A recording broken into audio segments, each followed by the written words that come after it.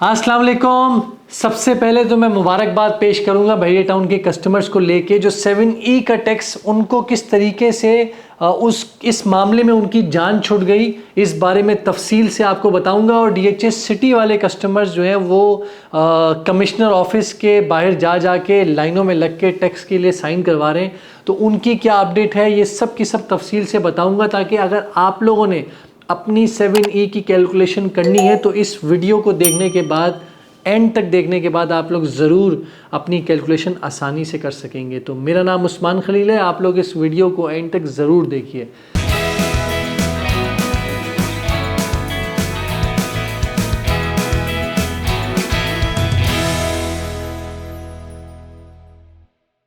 सबसे पहले हम बात करते हैं बहरिया टाउन की पॉलिसी को लेके। तो बहुत ही सिंपल उन्होंने प्रॉपर्टी की अपनी ये 7E की अपनी पॉलिसी अनाउंस की है, जिसमें वो ये नहीं देखेंगे कि आपकी कराची में कितनी प्रॉपर्टीज़ हैं, बहरिया में 10 हैं, 12 हैं, 15 हैं।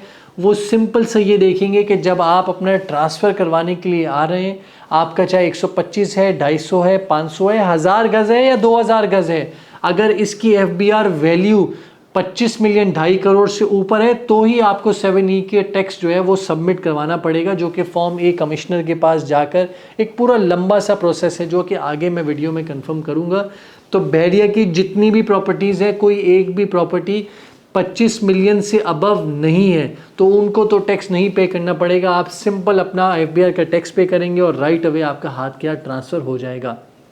सिर्फ और सिर्फ कमर्शियल प्रॉपर्टीज़ वाले जो हैं, जो कि जिना एवेन्यू कमर्शियल हो गया, थीम पार्क कमर्शियल हो गया, स्पोर्ट्स सिटी का कमर्शियल हो गया, इकबाल कमर्शियल हो गया, इस तरह के जो बड़े बड़े कमर्शियल हैं, इन सब को पूरा प्रोसेस फॉलो करना पड़ेगा, जो कि FBR की जो RTO का ऑफिस बना हुआ है, चाहे आप कराची में हैं या जिस जिस जगह पर आप लोग रिहाइश हैं, अपने कमिश्नर से जाके आपको साइन करवा के आना पड़ेगा।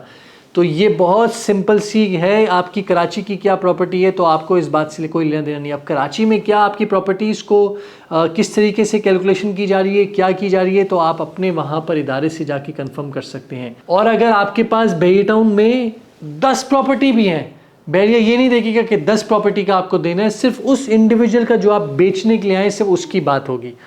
लेकिन जब हम DHA सिटी की बात करते हैं या DHA की बात करते हैं तो DHA टैक्स को लेके बहुत ज़्यादा सीरियस है। वो बहुत ज़्यादा अब हमारी नज़र में तो कॉम्प्लिकेटेड क्राइटेरिया रख दिया है, लेकिन क्या सही क्या गलत, कस्टमर के लिए कितनी परेशानी है कितनी आसानी है, वो तो जो उससे गो थ्रू होगा वही इसको अच्छे तरीके से बता सकता है।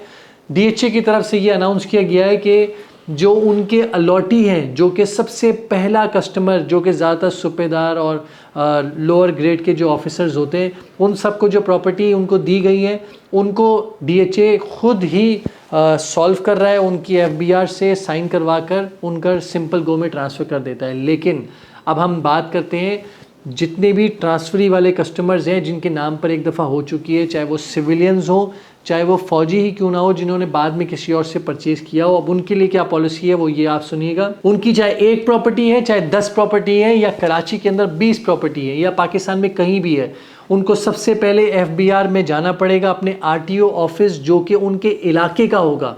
ये नहीं है कि अगर एक बंदा कराची में रिहाइश कर रहा है लेकिन वो बैकग्राउंड उसका पंजाब से है तो पंजाब का जो RTO ऑफिस है उसको वहाँ जाना पड़ेगा। ये कहाँ से पता लगेगा?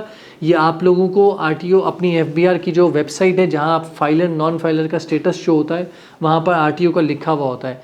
तो आप वहाँ अपने ऑफिस जाएंगे, वहाँ ऑफिस में जाकर वो FBR आपको एक फॉर्म ए देगा, फिल आउट करने के बाद कमिश्नर को देंगे। कमिश्नर आपकी सारी प्रॉपर्टीज़ चेक करेगा और आपको बताएगा कि जी भाई आपने ये फ़लाना टैक्स पे नहीं किया हुआ, ये आप टैक्स पे करेंगे तो मैं आपको आपकी इस प्रॉपर्टी का फॉर्म ए साइन करके दे दूंगा। तो आप फॉर्म ए साइन करवा कर आएंगे तो आपकी वो प्रॉपर्टी सेल आउट होगी, चाहे वो प्रॉपर्टी की वर्थ 125 गज़ ही क्यों ना हो, जो कि 9 लाख रुपये FBR वैल्यू है, ये 8.5 लाख रुपये, उनको मैटर नहीं करता, उनको फॉर्म ए मैटर करता है। आप एग्जेम्प्टेड हैं तब भी आप वहाँ जाएंगे, साइन करवा कर एग्जेम्पशन का लेकर आएंगे कि देखो भाई मैं एग्जेम्प्टेड हूँ। तो हर चीज़ कमिश्नर से साइन करवा के आनी पड़ेगी, जो कि बहुत पेनफुल बात है।